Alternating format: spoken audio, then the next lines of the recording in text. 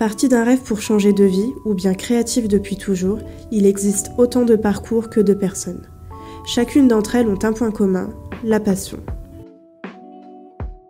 La formation monteur vidéo à l'EDA va vous permettre d'apprendre le métier de monteur et de monteuse vidéo. On va aborder vraiment toutes les notions du montage, des notions très théoriques au départ, bien évidemment. Puis ensuite, on va partir vers des notions un petit peu plus avancées, donc on va partir sur des montages un peu particuliers, donc voir les aspects spécifiques de l'interview, de la publicité, etc. Et ensuite, on pourra aborder tout ce qui concerne la post-production, l'étalonnage colorimétrique, etc.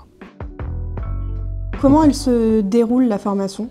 Alors la formation se fait à distance, c'est-à-dire que quand l'élève va commencer sa formation, il va avoir accès à un espace élève qui va lui permettre d'accéder à ses cours. Donc les cours sont divisés en 4 phases. Les phases vont se débloquer de manière progressive. À la fin de chacune de ces phases, il y aura des devoirs, donc permettront de mettre en application les notions que l'élève aura appris. Une fois que les devoirs auront été faits, eh bien, la phase suivante pourra être entamée. Et puis on va avancer comme ça de manière progressive. Donc l'idée c'est de commencer sur de la théorie, puis au fur et à mesure de l'avancée, on va ajouter de plus en plus de techniques avec des notions de montage de plus en plus intéressantes au fil de l'avancée. Concrètement, qui peut faire une formation monteur vidéo ?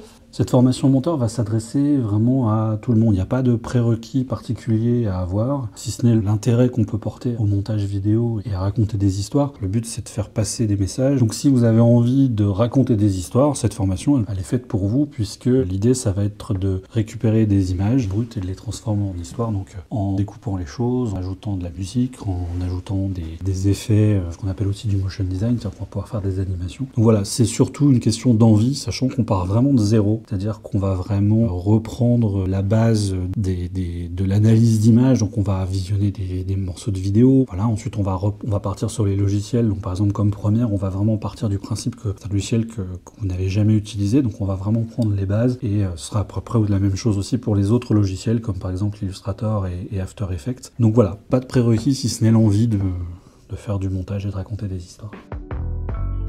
J'aimerais bien rebondir du coup sur ce que tu as dit. Est-ce que tu peux nous expliquer un peu les thèmes qu'on découvre dans la formation ?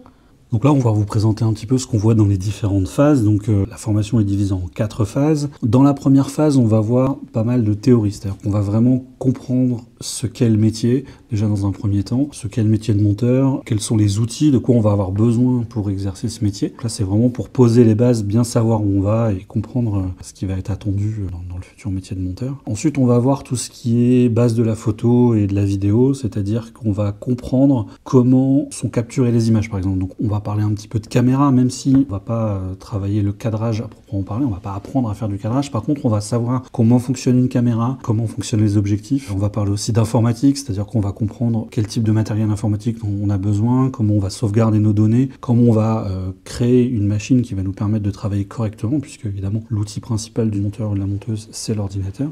Ensuite, on va aller analyser un petit peu les images, c'est-à-dire qu'on va aller voir des films, des photos, on va analyser tout ça pour comprendre un petit peu comment sont faites les images. Pas, comme je vous le disais, pour être capable de les refaire, mais surtout pour être capable d'analyser ce qui est une bonne et une mauvaise image, parce que l'un des grands rôles en montage, c'est de choisir les images qu'on va garder et celles qu'on ne va pas garder. Donc c'est pour ça qu'il faut connaître, il faut avoir des notions de ce qu'est une bonne image, un plan réussi, ou ce qu'est un plan raté, parce qu'il y a un problème de cadrage, ou parce qu'il y a un problème de cohérence avec le plan précédent, etc.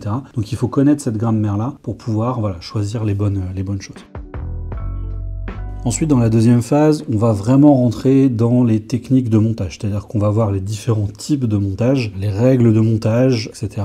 On va aussi commencer à travailler sur l'aspect juridique de l'audiovisuel pour savoir ce qu'on a le droit de faire ou pas avec des images. Et enfin, dans cette deuxième phase, on va commencer vraiment à monter avec Premiere Pro. Donc c'est là qu'on va avoir le tuto de Premiere Pro. Donc on va apprendre à utiliser Premiere Pro. Et à la fin de cette phase, on va commencer à vous demander de faire des montages. Donc on va vous donner des images qui vont vous permettre de faire des montages. On va commencer par des montages relativement simples, on va présenter un monument, une chose comme ça, puis ensuite on va aller un petit peu plus loin sur une interview. Voilà, le tout étant d'essayer de raconter une histoire, de monter une voix off par exemple, on va travailler sur des choses comme ça.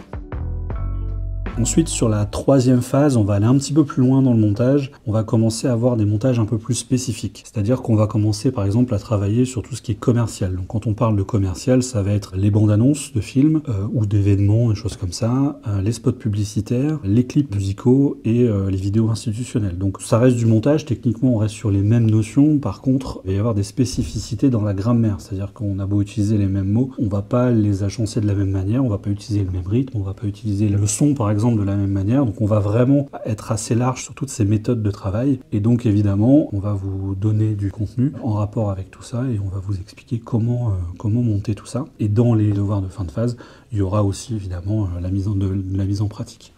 Dans cette troisième phase, on va aussi parler de finalisation, c'est-à-dire qu'une fois qu'on a fait un montage intéressant, donc on a mis des morceaux de vidéo les uns après les autres, puisque le montage à proprement parler c'est ça, on va travailler sur la correction, par exemple la correction colorimétrique. Donc on va étalonner, on va faire de la correction colorimétrique, donc ça on verra dans le détail ce que c'est, mais en gros c'est donner une ambiance colorimétrique intéressante à notre montage, corriger quand il y a des erreurs, mais aussi donner un ton, faire que l'image soit belle et raccord avec ce qu'on est en train d'expliquer. On va parler aussi sous-titrage, stabilisation.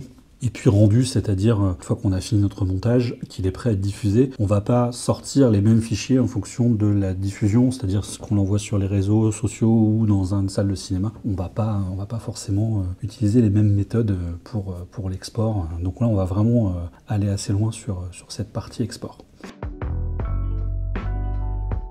Et enfin, dans la phase 4, on va avoir une partie sur le motion design. En gros, elle va être divisée en deux grandes parties, le motion design et le développement de l'attractivité, c'est-à-dire ce qui va se passer après. Donc le motion design, le principe, c'est de faire des animations, c'est-à-dire qu'on ne part plus de vidéos tournées, mais on va partir d'éléments graphiques que l'on va animer. Donc on va avoir des notions de graphisme, parce que le but, c'est peut-être que le motion designer est amené à créer ses propres graphismes, ou en tout cas à décliner des chartes graphiques. Donc on va avoir vraiment les bases qui vont vous permettre d'être capable de créer des choses jolies selon les règles du graphisme. Donc on va avoir cette théorie, puis ensuite on va faire un petit peu de pratique avec le logiciel Illustrator, Adobe Illustrator, qui est un logiciel qui sert justement à créer des graphismes. Et ensuite on va pouvoir enchaîner sur le logiciel After Effects. Donc on verra bien évidemment avant les notions de motion design, c'est-à-dire quelles règles on doit appliquer pour faire de l'animation, que ce soit de l'animation de typos, d'objets, de personnages, etc. Et ensuite on rentrera dans le vif du sujet avec le logiciel After Effects. On fera un petit crochet par le montage multicaméra qui peut être utilisé dans le clip. Alors on aura vu les règles de montage du clip bien avant, mais cette notion de multicaméra est un petit peu plus complexe, donc on préfère le voir un peu à la fin. Donc l'idée, ça va être de monter une vidéo qui aura été tournée avec plusieurs caméras en simultané, des interviews, des clips musicaux, etc.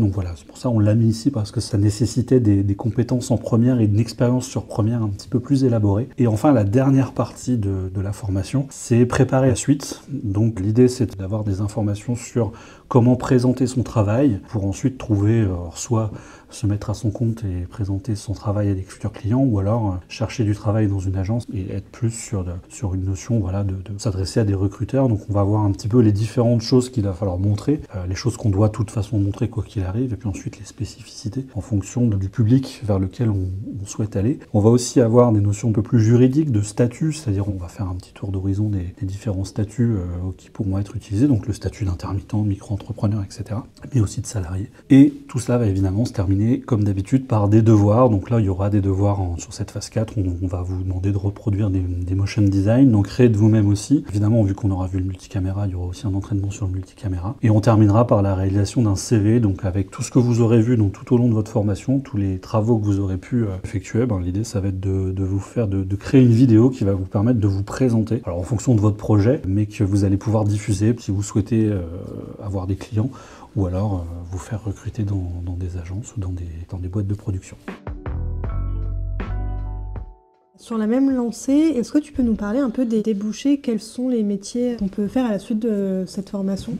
Donc à la suite de cette formation, on va pouvoir se diriger vers plusieurs métiers. Premièrement, on peut se mettre à son compte, c'est-à-dire qu'on peut s'adresser directement à des clients, donc des entreprises qui ont besoin de créer des vidéos. Donc là, c'est le statut qui peut être un statut de micro-entreprise ou d'indépendant. On peut s'associer avec des gens, parce que le milieu de la vidéo, c'est un milieu où il y a beaucoup de spécialités. On va avoir besoin de cadreurs, etc. Donc après, ça peut être intéressant de s'associer avec des gens, ou alors on apprend tout seul, ou on a peut-être déjà des compétences dans ce domaine-là, et on était venu chercher à l'EDA juste la partie montage, sachant que le cadrage fonctionnait bien. Donc ça, c'est une première partie, donc c'est vraiment quelque chose qui va se permettre de vous adresser directement à vos propres clients. Ensuite, vous pouvez aussi donc aller vers le statut plus de salariés dans des entreprises. Donc après, ça peut être des entreprises de plein d'environnements différents, c'est-à-dire que vous allez avoir des entreprises spécialisées, qu'on appelle des boîtes de com, des entreprises de communication, qui vont offrir des prestations de communication complètes à leurs clients. Donc ils peuvent offrir par exemple une prestation graphique, où ils vont créer toute la charte graphique, le logo, etc. Le site internet et une vidéo de présentation avec du coup des besoins évidemment en montage pour cette partie-là. On peut aussi travailler dans des entreprises qui n'ont rien à voir avec la communication, mais dans le service communication de cette entreprise.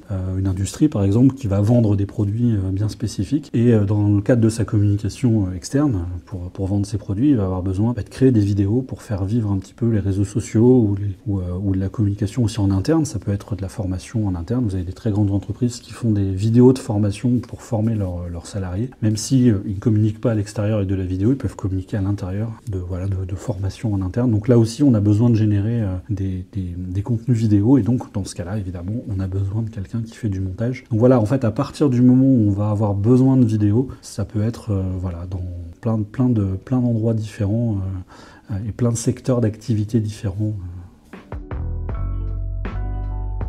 À l'EDA, on parle d'accompagnement. Comment on accompagne les élèves qui se forment à l'EDA ? À l'EDA, on a vraiment à cœur d'accompagner nos élèves de plein de manières différentes. C'est-à-dire que l'élève, forcément, quand il va arriver chez nous, il va avoir accès à ses cours, donc sous forme de texte, de vidéo. Ça ne suffit pas. Il faut vraiment avoir à l'esprit que vous avez du monde au bout du fil ou au bout de la messagerie qui va être capable de vous répondre à la moindre question, à la moindre doute, que ce soit une question technique, une question d'organisation, un conseil sur éventuellement du matériel informatique ou autre. On est là pour vous répondre, c'est-à-dire qu'il faut nous appeler et puis on est là, on répond toute la journée. On est là de 9h à 18h du lundi au vendredi. La première chose, la plus importante, c'est le suivi presque, je dirais, au quotidien dont vous pouvez bénéficier. On fait aussi régulièrement des lives, c'est-à-dire que ça va nous permettre de traiter de sujets un petit peu annexes. Dans la formation, on va avoir des choses très généralistes, et puis de temps en temps, on va avoir envie de traiter un sujet bien spécifique, parce que c'est une question récurrente de nos élèves, parce que c'est quelque chose qui vient d'arriver, quelque chose dont on doit parler, un événement qui est arrivé, qui nous a donné envie, qui nous a donné l'idée de parler d'un sujet un petit peu plus précis. Donc on va faire un live où nos élèves vont pouvoir se connecter, poser leurs questions. C'est une sorte de cours un peu en direct, où on appelle ça un cours d'ailleurs, parce que ça se veut être un cours pas trop long. Et donc ensuite, les élèves peuvent poser des questions. Alors bien évidemment, ces cours sont en replay, donc même si les élèves n'ont pas forcément la possibilité d'être là en direct, tout le monde peut en profiter grâce au replay.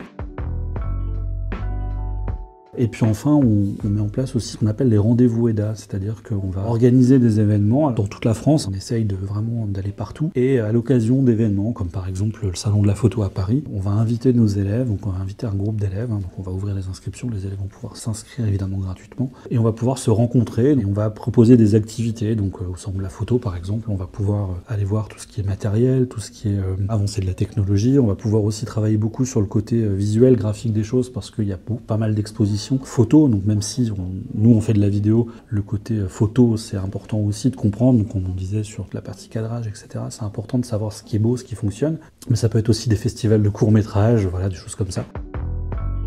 On va aussi créer des workshops, c'est-à-dire qu'on va se retrouver dans une ville et puis on va proposer des ateliers en direct, donc les gens vont venir, nos élèves vont venir et puis on va pouvoir se retrouver déjà ensemble, ça permet de se rencontrer et puis d'avancer sur des projets bien particuliers et surtout de s'amuser, parce que c'est surtout ça l'avantage, on a un métier passion qui nous permet avant tout de nous amuser, parce que voilà, très souvent on fait des choses plutôt sympas.